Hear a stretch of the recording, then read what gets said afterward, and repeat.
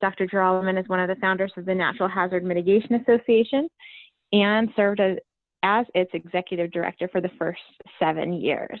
Dr. Jerolleman is a subject matter expert in climate adaptation, hazard mitigation, and resilience with a long history of working in the public, private, and non-profit sectors. Alessandra, we're happy to have you. The screen's all yours. Great, thank you. Can you hear me? Yes, your audio is terrific.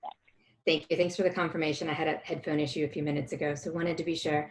Well, thank you for having me today. It's really great to be here with everybody, and it's been great listening to the presentations that came earlier.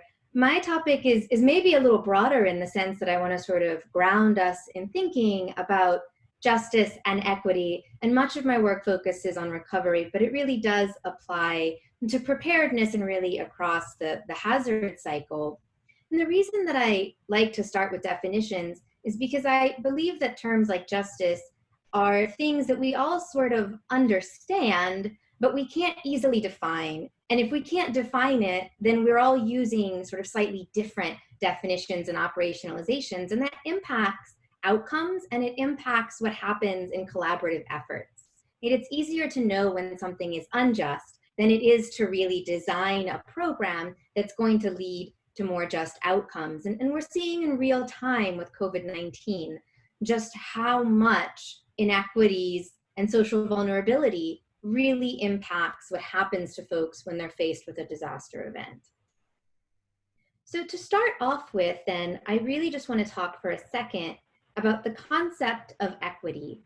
And to make this simple, I just pulled the Merriam-Webster definition that says that equity is freedom from bias or favoritism. It's dealing fairly and equally with all concerned.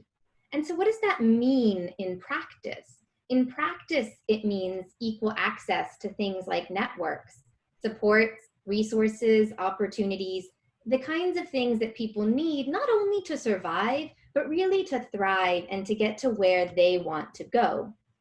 I'm sure many of you have seen at least the diagram on the left. Right? These two graphics help us to sort of conceptualize the difference between equality and equity. If you look at the diagram on the left, this is an older diagram. It shows 3 people trying to watch a baseball game. They're all standing on crates that are the same height, and so one really can't see, one can barely see, and one can see really well. And so that's equality, right? Sort of equal access to the site of viewing and the crates. But equity would ask that we really think about outcomes as well, that we say, okay, not everybody begins from the same place, and so what's needed to ensure equitable outcomes might actually be slightly different for different people. And the key difference with the second diagram, which is now being used more often, is that it shows that the ground is actually different underneath folks. And the intent there is to indicate that it's not really a personal failing that somebody might require additional assistance. There are all of these bigger systemic issues that create and perpetuate the vulnerability that then comes into play when we're faced with a disaster event. And so then to think about the concept of justice, which builds heavily on the idea of equity. And philosophers have been talking about the idea of justice as far back as Aristotle. And so I'm going to do a huge disservice to a giant body of literature by trying to run through it in a minute or two. But the reason I like to do this is because I think it helps to really operationalize and think about, again, what we might mean when we talk about justice. In the environmental justice movement, which I think is what most people are at least somewhat familiar with, justice was often really looked at from what people refer to as a Rawlsian perspective, really just thinking about the distribution of goods and bads in a society. A classic example is the idea of some kind of industrial facility that maybe makes some air pollution and some negative outcomes for the folks that live right next to it, but makes positive outcomes for the community as a whole. Maybe it's access to power, whatever the case might be, makes some positive outcomes to tax revenue for the community. But the distribution of those goods and those bads, right, is somewhat unequal because the people who bear the bads, the people who suffer from that direct proximity, aren't really the ones that are reaping the majority of the benefits. And so that's the idea of distributive justice. It's really thinking about that balance of goods and bads. And from there, the conversation moved on to really thinking about how the goods and the bads get allocated in a society, right? And so that involves first thinking about procedures. Does everybody have a voice and access to the table where the decisions are made?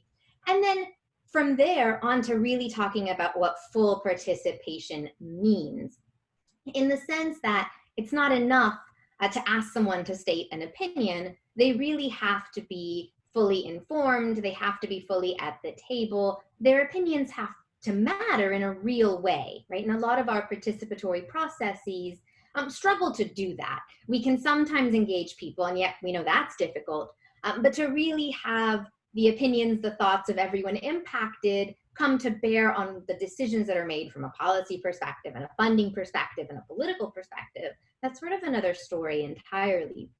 A lot of the more recent work that I've seen around justice and disasters stays at sort of that level, participatory, procedural, and distributive. Even more recently, there's a push to think about the idea of capacities justice, that justice really means not just that everybody has full access and outcomes are somewhat fairly distributed, but also that people have the ability to live their life in the way that they would most care to, right? Live your own definition of what a well-lived life might be. It's a really, really quick run through, but I just, again, wanted to throw out some of the considerations in talking about justice. One more term, and then we'll jump into the meat of the presentation, and that's thinking about human rights. And human rights are those rights that are due to all individuals. So it's things such as food, clothing, healthcare, safety, basic freedoms, right?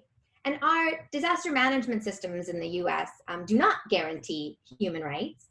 And so when we're thinking about, what happens to somebody who's homeless prior to a wildfire, for example, or somebody who's undocumented, there are not guarantees of food, clothing, healthcare, shelter, safety, especially not long-term guarantees. We do a little bit better at that sort of immediate aftermath, but then people are on their own to return to what they had before or worse. And so thinking about disasters from a human rights framing is a little different, and it pushes us to define differently who we serve and who's part of the community and what it means to really have these sort of collaborative processes that get beyond just homeowners.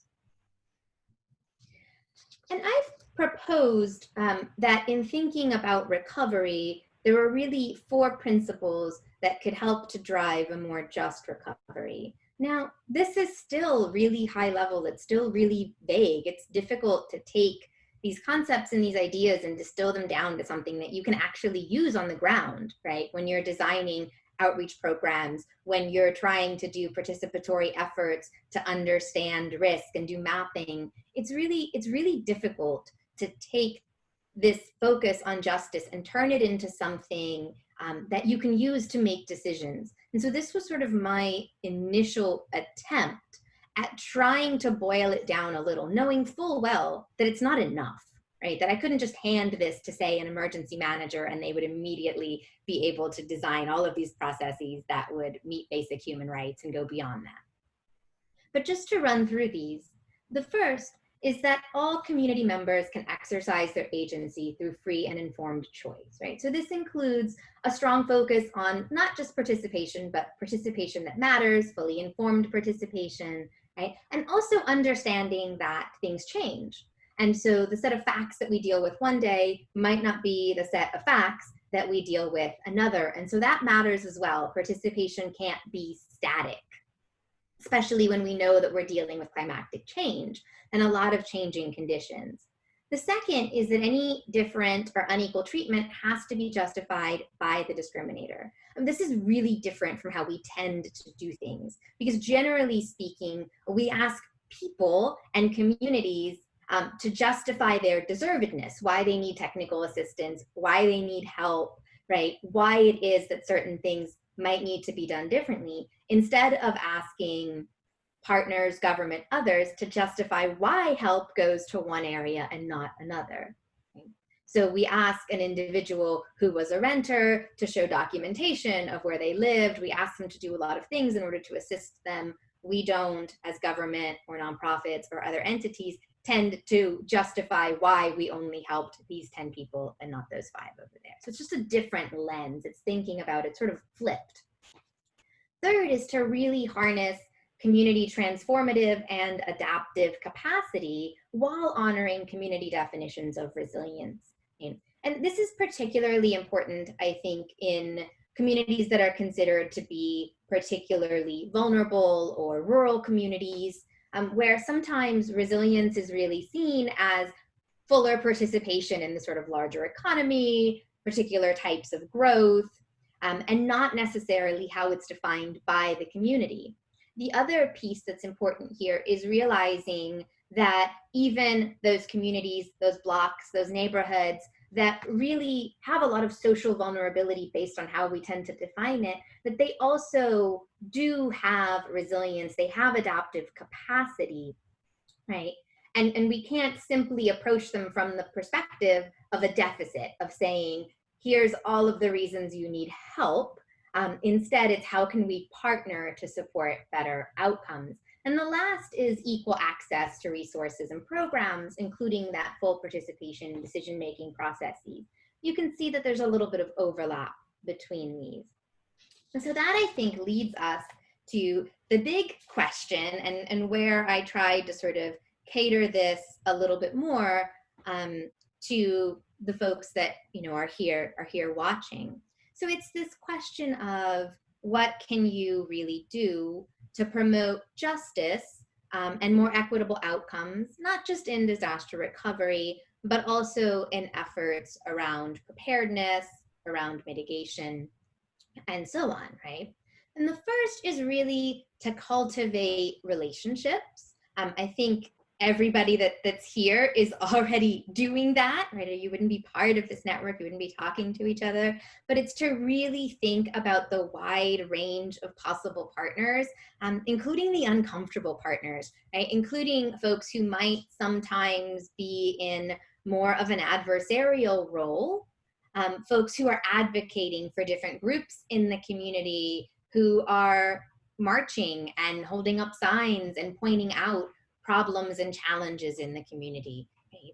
They can be very good partners, and they're aware of the fault lines, they're aware of the needs, and those needs are only going to be amplified in the event of a disaster such as a wildfire. The second is to hire staff that is representative of the community as much as possible, right? To really bring in those additional perspectives into not just who you reach out to, but also who gets employed and who's directly doing the work. The third, and in some ways I think this may be the most important, is to really very clearly establish core values.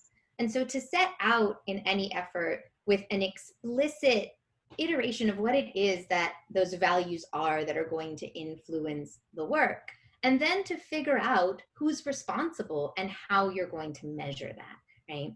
Because I often will see efforts that start with a relatively clear value statement that has to do with not having disparate outcomes, has to do with having a wide range of folks at the table. But then when it comes down to it, you get to doing the actual work, and there are deadlines and there are limitations depending on the funding that you're using, right? And there are political considerations, and there are the things that your partners do or don't want. There are all of these other factors that come in, and it gets very difficult to make sure that we're meeting those core values and not just sort of having it be the top bullet in some sort of strategy document. And also to really think about how you distribute resources in ways that prioritize assistance to those with greatest needs. And that's difficult because that feels unfair. That feels unfair to the people that therefore don't get resources or don't get as many resources, right? So it really takes a lot of time in terms of thinking about where there are disparate needs, where there's the possibility for disparate outcomes, and also how you can be 100% transparent in your decisions around resource allocation and how those trace back to values that hopefully your partners have all bought into and are on board with. But it's not easy, right? It's easy for me to sit here and say it, but it's absolutely not easy to do in practice. And then I want to just point to some other considerations as well, right? One is in thinking about what it means to inform and prepare residents. When we are sharing information and resources, and how are we making sure that it's relevant and it's actionable?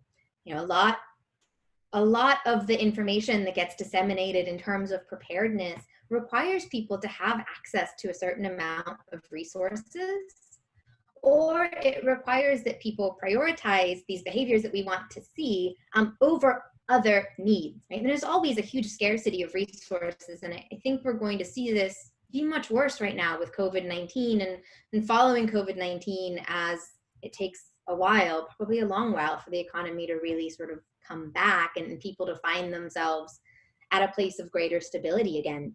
And so in that ask, and this is where those partners can help, right? Are we sure we're being realistic, or are we just informing folks of their risk when they really can't do anything about it, right? Are we in a sense making people feel as if they're failing to do something that they literally cannot do? Also, who is a resident? I mean, it's easier in many ways to work with homeowners and landowners, but what about renters? What about migrant workers? What about folks who are undocumented? What about the homeless? What about groups that come in and out, like students, right? There are a lot of different folks that we can think about where maybe it's a little more challenging to serve their needs. And unfortunately, with limited resources, particularly when it comes to communications and outreach, there is a sort of tendency to try to maximize reach in terms of number of people, sometimes at the expense of being able to really do the more particular sort of minute messaging and resourcing that certain groups might need. And also to ask, what are the costs of participation, right? Because there are very real costs for people who come to the table. In planning processes, which is where I've spent a lot of my time, particularly around resiliency and hurricanes, we ask folks to come to meetings and take of their time, right? And very often the folks that are facilitating are either getting paid to be there or they're volunteering for something they're passionate about. But your average resident who's coming is taking time away from farming, time away from being with their kids. Maybe they had transportation costs. Maybe they had to pay for childcare, right? And so all of these things factor in. And if we're asking people to bear a burden of participating, are we making sure that they really legitimately get something back? And that might be information, that might be sort of a real seat at the table. Because it's been my experience that sometimes what happens, and I'll give an example of a friend of mine who's with a small native tribe in coastal Louisiana who participated in meetings around a larger planning process. None of her recommendations were taken into account, but her picture was used on the back cover as evidence that this planning process had really engaged all sorts of folks, right? And so then there was the greater cost with the community as well of appearing to endorse policies that didn't really benefit the community. And finally, really asking with your own partners how you can bring justice to the table. And so how can you be an advocate and a voice for doing these things across the work that you do? And then just to wrap up, these are some resources that you might find beneficial. Some of these are broader level, right? They're really focused on emergency management as a whole or larger housing issues. But I do think that there are pieces in here that are still useful and helpful. And with that, I'll wrap up. Thank you so much, Alessandra. That was fantastic. We have one question for you about whether or not you can point to a good example of a recovery that you felt took equity and justice into account. Oh, I wish so badly that I just had, this list of examples to draw on. I can think of a lot of examples where communities have tried, right, and have had some measure of success. And I think, that also speaks to this fact that it's sort of a work in progress. It's a process, right? And so as we try to do the work, I think we also have to accept that it's sometimes going to be incremental success. In terms of, looking at COVID-19 right now, the state of Pennsylvania and their recovery work is very explicitly trying to think about and look at disparate outcomes. So is the state of Maryland. So there's some efforts where they're really using real-time data to see where are resources going, where are they not going, where might there be more need.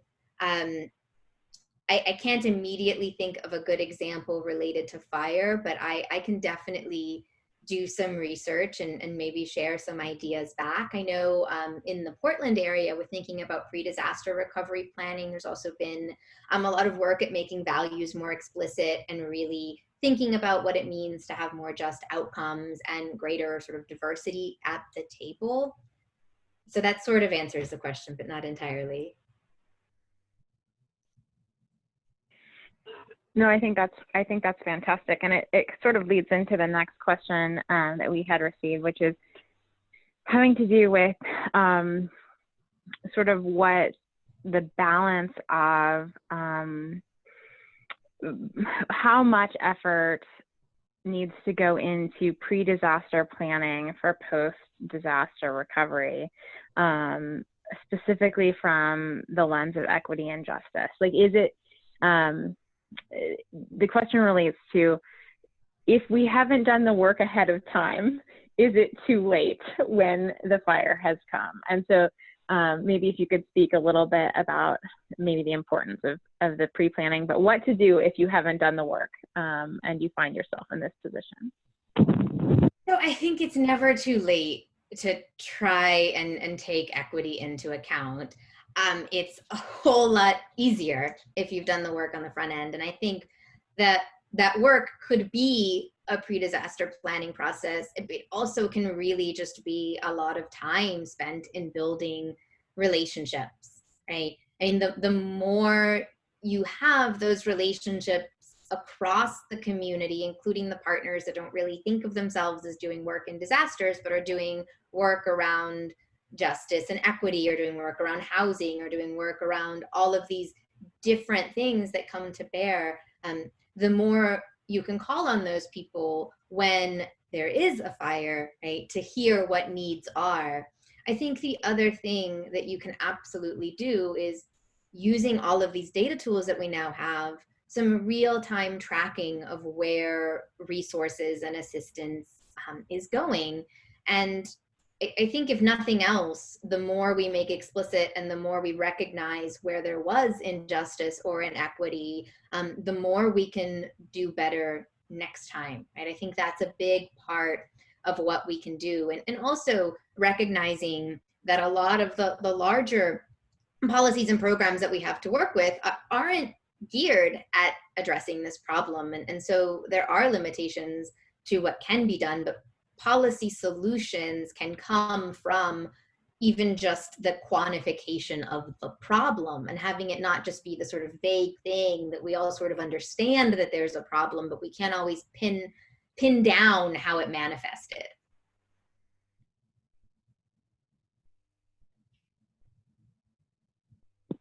Thank you.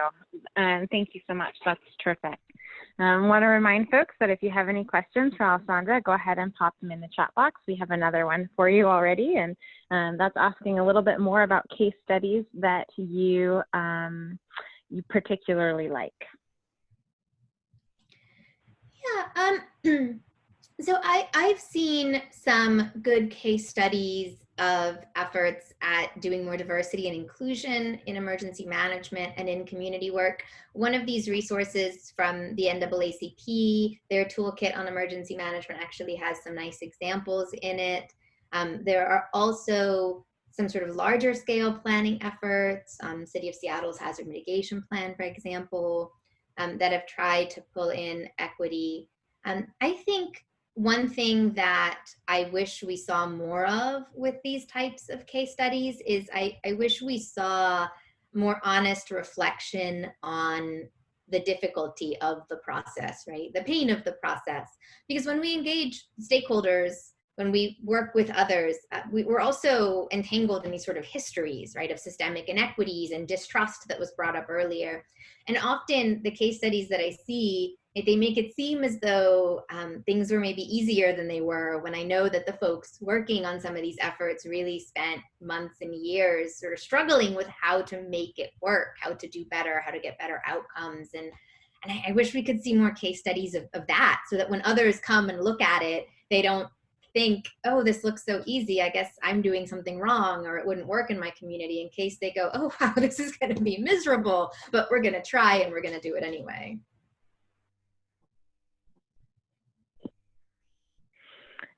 Yeah, that is, I think, a really well made point, and one that I think a lot of could apply to a lot of our work, right? Just pulling back the curtain a little bit and really examining the lessons we learned in the process, whether it be before, during, or after wildfire. So thank you so much, Alessandra, for your great presentation. We have loved having you, and really appreciate all of the fantastic information you shared. These resources will be available for folks after the presentation as well. So no need to go ahead and take a photo of the slide. We'll go ahead and make sure that's available in materials sent out after the presentation as well as in the YouTube recording.